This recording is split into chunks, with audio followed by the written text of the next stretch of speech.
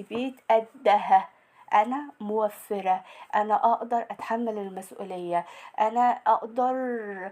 بصي انا رزق لجوزي، رزق لولادي، مش هحرمهم، مش هعودهم على الحرمان، لا، هديلهم اللي هم عايزينه، بس في حدود ميزانيتي. مش هروح اتدين او اروح استلف او اروح اعمل عشان اعيش ولادي كويس.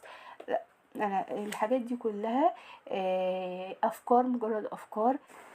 يا مساء الخير، يا مساء الفل، يا مساء كل حاجة جميلة على حبايبي، وحشتوني جدا جدا جدا.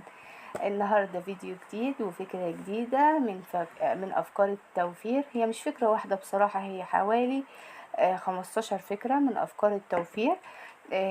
اسمها ايه زي ما مكتوب في العنوان؟ طوارئ الفريزر. ايه الحاجات اللي المفروض تكون موجودة عندي في الفريزر كطوارئ موفرة معايا؟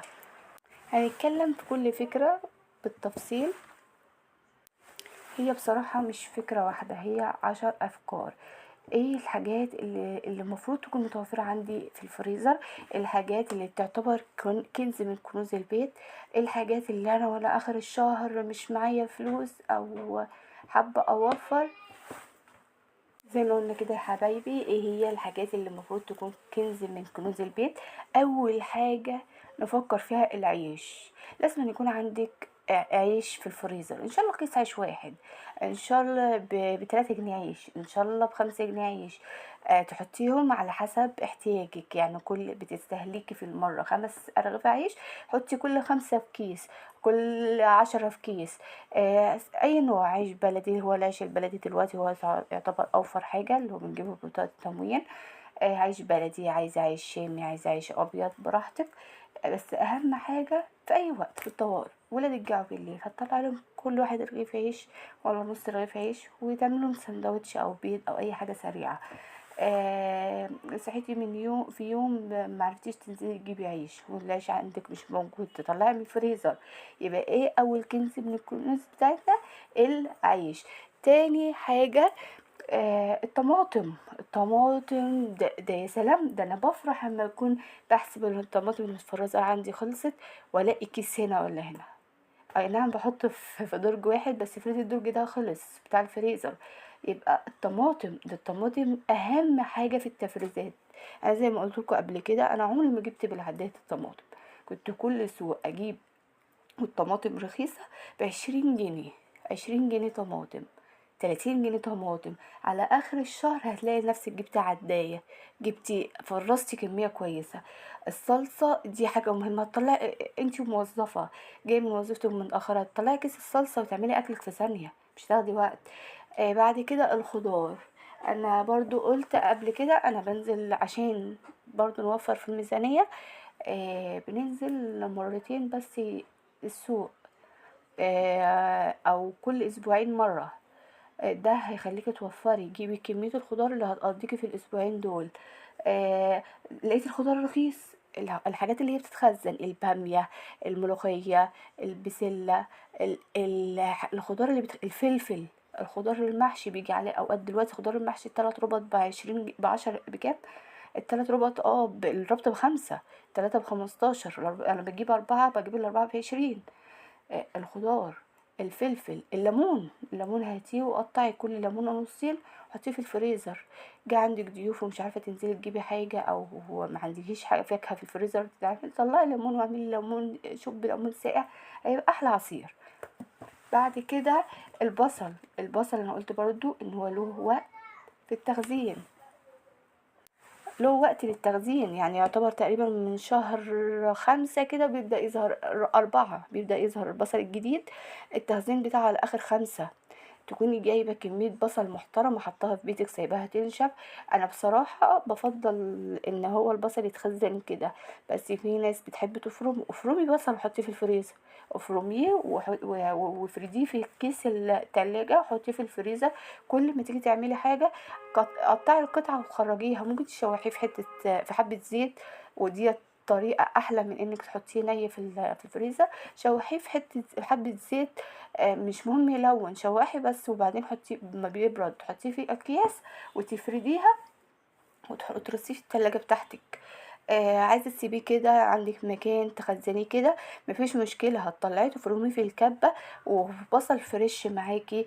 ايه تاني؟ التوم نفس الحكاية، هتجيبي التوم وتفرزيه بدل ما كل أكلة تطلعي التوم وتقشريه. انت لو عدد افرادك قليل مش هتتعبي في تقشير فصين ولا 3 فصوص توم. انا بتكلم ان هو واحده موظفه، واحده متاخره على تجهيز الفطار، اي حاجه للطوارئ. التوم والبصل للطوارئ.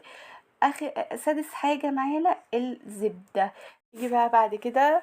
لا، نقول الاول، لو انت وصلتي لحد هنا يا حبيبتي في الفيديو، يا ريت تدعميني بلايك وسبسكرايب وتعملي تدوسي على كلمه الكل عشان يوصلك كل جديد، وتتابعي معانا كل الافكار الموفره اللي هتوفر معاكي في ميزانيتك وتخليكي ست بيت شاطره وموفره ومدبره.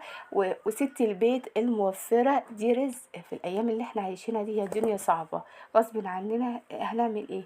لازم نستحملها. لازم نمشي دنيتنا، مش هنحط ايدينا على خدنا وخلاص ونقول لا ده الدنيا صعبة. لا، لازم نعدي. لازم هو الموقف دي اللي بتبين بقى الواحدة اللي بتشغل دماغها، الواحدة اللي بتوفر عن باقي الناس. بعد كده هنيجي هنلاقي احنا قلنا الزبدة. الزبدة بتجيبي قالب الزبدة، بتجيبيه وبعدين تقطعيه، بتحطوش كده عشان ما يهدرش معاكي. اول ما تجيبيه بتحطي، طبعا بيكون ساحة الجو حر، تحطيه في الفريزر يمسك نفسه شويه، وبعدين تطلعيه وتقطعيه مكعبات صغيره. الزبده هتجيبي المكعب الزبده وتقطعيه، هو بيبقى اصلا عليه علامات تقطعي ازاي عشان ما تهدريش في الزبده. هتقطعيه وتقطعيه مكعبات صغيره وتحطيه في علبه تلاجة. هتحطي كميه بسيطه على الرف عشان ما تبصش معاكي لو ما تستخدمهاش على طول، وبقيتها حطي علبه في الفريزر. جيتي اخر الشهر كان معاكي فلوس، اشتري غيرها. لو خلصت ما معاكيش، طلعي من الطوارئ. الطوارئ ديت للوقت اللي احنا مزنوقين فيه. معاكي فلوس؟ لا، اعتبرها مش موجودة، هاتي غيرها وحطي كمية في الفريزر. نفس الحكاية، هيجي عليكي شهر، هيجي عليكي وقت غصب عنك هتتزنقي. غصب عنك بيظهر فيه مسؤوليات، بيظهر فيه حاجات جديدة، طوارئ، اي حاجة لا قدر الله حصلت، بتعملي كده. الشوربة. الشوربة وما أدراك ما الشوربة.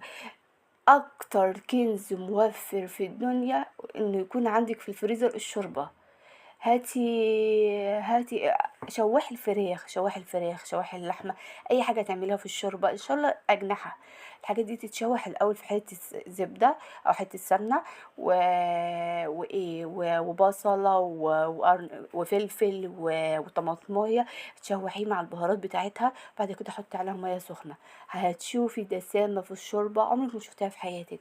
الشوربه هتبقى دسمه جدا، الشوربه هتبقى جميله جدا. هتعرفي بعد كده تستخدميها. انا ما عنديش لحمه، مش عايزه اعمل لحمه النهارده، بس عايزه اعمل ملوخيه، عايزه اعمل محشي من غير لحمه، عايزه اعمل الشوربه موجوده عندي، مش هيبقى في عائق. مش هروح اجيب مرقه دجاج ولا هجيب الحاجات دي المضره بصحه اولادنا. هي بنستخدمها بس برضه مش بكميات كبيره. تمام. نحطها في اكياس ونحطها في الفريزر للطوارئ. الفول. الفول رقم 8 من الأفكار بتاعتنا. الفطار.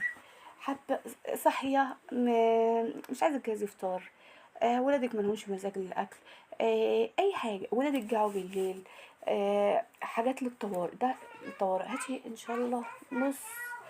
الفول زي ما قلنا، ولادك جعوا بالليل، انتي صحيح مالكيش مزاج تعملي. حتى لو مش عايزه تدمسي الفول، هتعملي ايه؟ هتشتري فول اللي هو الجاهز وتحطيه احتياطي عندك في الفريزر. بس بصراحه انا عندي ولادي بيحبوا الفول البيتي اكتر من الفول اللي بره. اللي بره معرفش، هما من ساعه ما دقوا الفول بتاع البيت وهما بقوا بيحبوه من ساعه سحور رمضان. ده اول مره ولادي ياكلوا فيه فول. فالفول، قلنا الفول هتجيبي كام كيس كده؟ نص كيلو فول هيعملوا معاكي كميه محترمه تحطيه عشان ما يطولش. لو كل اسبوع هتعملي نص كيلو هيبقى احلى ما تعملي كميه كبيره وتسيبيها الفتره دي كلها. بعد كده البليله اللي هو القمح، لو ما تعرفوش يعني ايه بليله، اتوفر عندك، تعرفي تجيبيه من عطار. هاتي في اكياس مغلفه بتتباع في السوبر ماركت، بس اللي عند العطار ارخص. هتجيبي ان شاء الله ب10 جنيه، ب20 جنيه قمح بليله، وهتروحي جايه سلقاها وحطها في اكياس وحطها في الفريزر. اول حاجه هتنقعيها الاول، لو انت ناويه تعمليها هتنقعي الكميه كلها من بالليل للصبح. هتصحي تلاقيها طريت معاكي، مش هتهدر غاز، مش هتهدر. لو مشغله البوتاجاز بتاعك بالانبوبه مش هتخلصك الانبوبه بتاع البوتاجاز. هتعمل ايه؟ هتروحي جايه حطها في الميه زي ما بتعملي الترمس كده، وتروحي جايه سلقاها. واول ما تتعمل معاكي هتفرزيها في الفريزر. هتطلعيها هتحطي عليها اللبن. لو مش متوفر لبن عادي، لو عملتها بميه هتشبعهم، هتاكلهم. هتحسي ان هما شبعوا. الاطفال دلوقتي في الاجازه فبيحبوا التجديد، بيحبوا الحاجات الجديده، بيحبوا الحاجات البليلة مشبعة جدا بالليل. الأطفال في أجازة، لو جعوا بالليل عايزين غذاء، عايزين البليلة لها قيمة غذائية جميلة جدا. لو أكلتها حتى بمية، مش معاكي تجيبي لبن عادي. حملي ولادك المسؤولية. لو ولادك كبار وفاهمين، طيب احنا مش معانا النهارده نجيب لبن، ناكلها كده من غير لبن، وبكره ان شاء الله او بعده اما ربنا يأذن هجيب لكم لبن. بس اما توعدي الطفل لازم تنفذي. بعد كده اللبن اللبن يكون ان شاء الله كيلو واحد بس لبن تخزنيه. وفي فكرة كمان ان انت لما تجيبي اللبن قبل ما تستخدميه اغليه من بالليل وحطيه في التلاجة للصبح، وبعدين شيلي الوش بتاع اللبن. هو اللبن مش هيبقى خالي الدسم، لا هيبقى فيه وش كمان، ما احنا ما نزعناش الدسم كامل منه، بس فيه اللبن الاصلي الجاموسي البلدي ده بيبقى فيه قشطة كتير.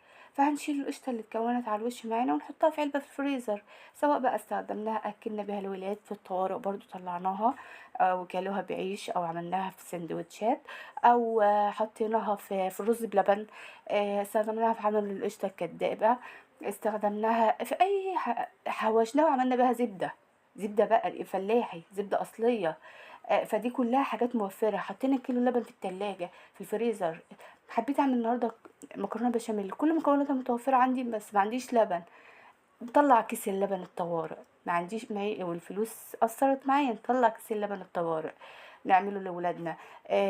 ولادنا بالليل عايزين ياكلوا حاجه وبرضه ما فيش امكانيه، نطلع كيس اللبن نعمل لهم مهلبيه، نعمل لهم رز بلبن، نعمل لهم بليله.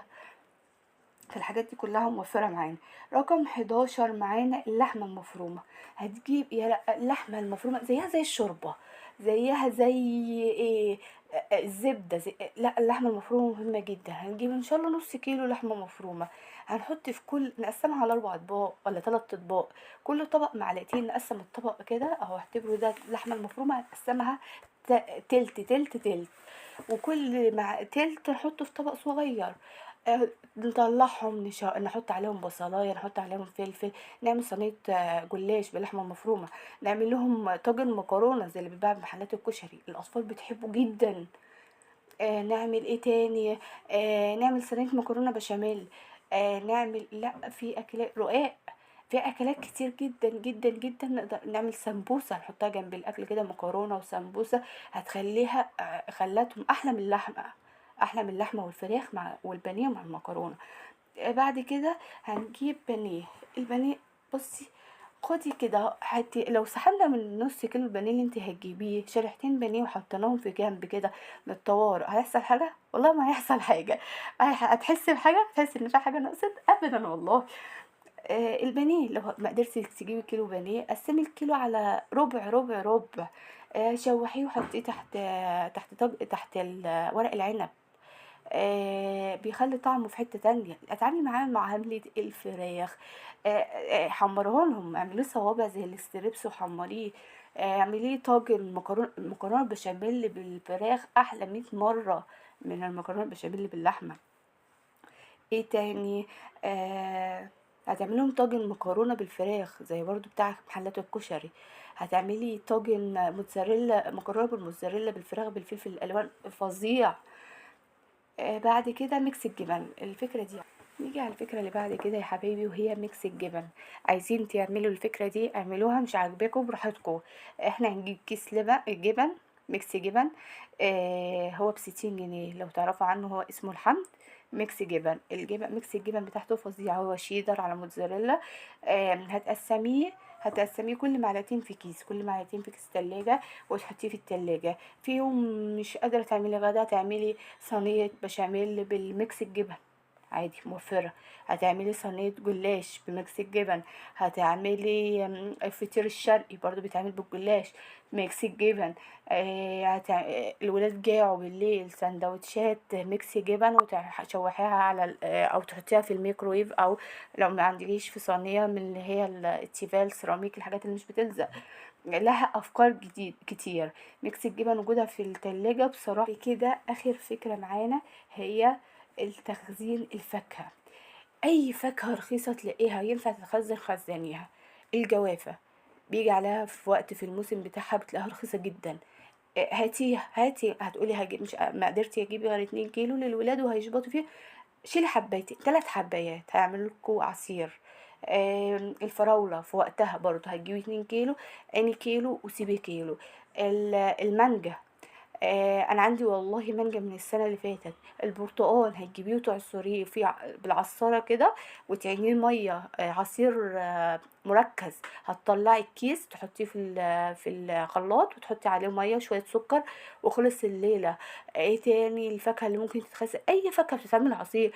الاناناس، كانتالوب، الشمام، ايه، اي فاكهة تكون بدأت في الموسم بتاعها وبقت رخيصة وينفع تتعمل فيها عصير وينفع تتخزن معانا، ليه لا؟ المانجا هتسيبيها الحبة بتاعتها هتحطيها كده اهو زي ما هي. ممكن تقطعيها شرايح وتحطيها في اكياس بتاعة التلاجة وتطلعيها على الخلاط على طول. عصير البرتقال زي ما قلنا. ايه تاني؟ اي الموز على فكرة عادي، لو جايبه موز ولقيتيه بدأ يستوي وانت بتحبيش الموز المستوي قشريه وحطيه، لو حطيتيه بقشره مش هيحصل له حاجه. طلعيه على شويه لبن او على فراوله وتعملي احلى عصير. الخزن الفاكهة ديت بالذات، لا ده كنز من مهم جدا من الكنوز. جالك ضيوف على فجأة، انا معيش فلوس، انا اخر الشهر، انا حصل طوارئ وصرفت الفلوس اللي مش اللي معايا، مش هتعملي واجب معاهم؟ لا هعمل الواجب. هطلع من الفريزر، هطلع مش من التلاجة. ليه احرم نفسي؟ الجو حر، هطلع اعمل لولادي عصير فريش. مش مهم يصرفوا، انا عندي حاجات في التلاجة تخليه ابقى بغنى عنها، ان انا اصرف، ان انا هبقى موفرة، ان انا خلاص انا معودة ولادي على الحاجات الصحية. مع عصير الفريش احسن ما يروح يشتري لي عصير او بيبسي او اي حاجة من المحل. فالفاكهة برضو حاجة مهمة جدا جدا جدا. البلح الرطب، ما لو خزنتيه وعملتي بيه قرص، عملتي والقرص كمان من المعجنات المهمة جدا اللي ممكن تتعمل. المعجنات دي كلها ممكن القرص، الفينو، الباتيه، الحاجات دي كلها اعملي كمية وحطها في الفريزر، هتطلعيها كأنها لسه معمولة حالا. لو تقدري تعمليها، مش قادرة تعملي وحاسة ان انت لو عملتيها هتبقى مكلفة في البيت عن انك تشتري، اشتري وحطي في الفريزر. ولادك جعوا بالليل هطلع لهم قرصتين مع كوباية شاي ولا كوباية شاي بلبن، خلص الحوار. قرصة بجبنة، قرصة بحلاوة، اي حاجة، اي حاجة المتوفرة عندك في التلاجة. لو كانوا القرصة كده انت كنت حشيها جبن ومن جوه، ولا حشيها بلح عجوة، عادي، حشيها عجوة عادية. فالحاجات دي كلها والله والله هتوفر معاكي جامد جدا في الميزانية بتاعتك. انا ما بقولش تشتري كمية كبيرة، ان شاء الله تخزني من كل نوع فاكهة كيسين كيسين للطوارئ، للطوارئ بس. معيش ان انا انزل ولادي لو في ضيف جاي لي فجأة، او سواء بميعاد سابق عادي. انا معيش فلوس، انا مزنوقة، هقول للضيف ما يجيش؟ لا، هطلع واتصرف، انا ست بيت قدها، انا موفرة، انا اقدر اتحمل المسؤولية، انا اقدر. بصي انا رزق لجوزي، رزق لولادي، مش هخليهم، مش هحرمهم، مش هعودهم على الحرمان، لا هديلهم اللي هم عايزينه بس في حدود ميزانيتي. مش هروح اتدين او اروح استلف او اروح اعمل عشان اعيش ولادي كويس. لا، انا الحاجات دي كلها افكار، مجرد افكار. يا رب تكون عجبتكم، ولو وصلتوا لحد هنا يا ريت تدعموني بلايك واشتراك في القناه وتفعلوا زر الجرس عشان يوصلكم كل جديد. مع الف سلامه، اشوفكم على خير في الفيديو الجاي. مع الف سلامه يا حبيب قلبي.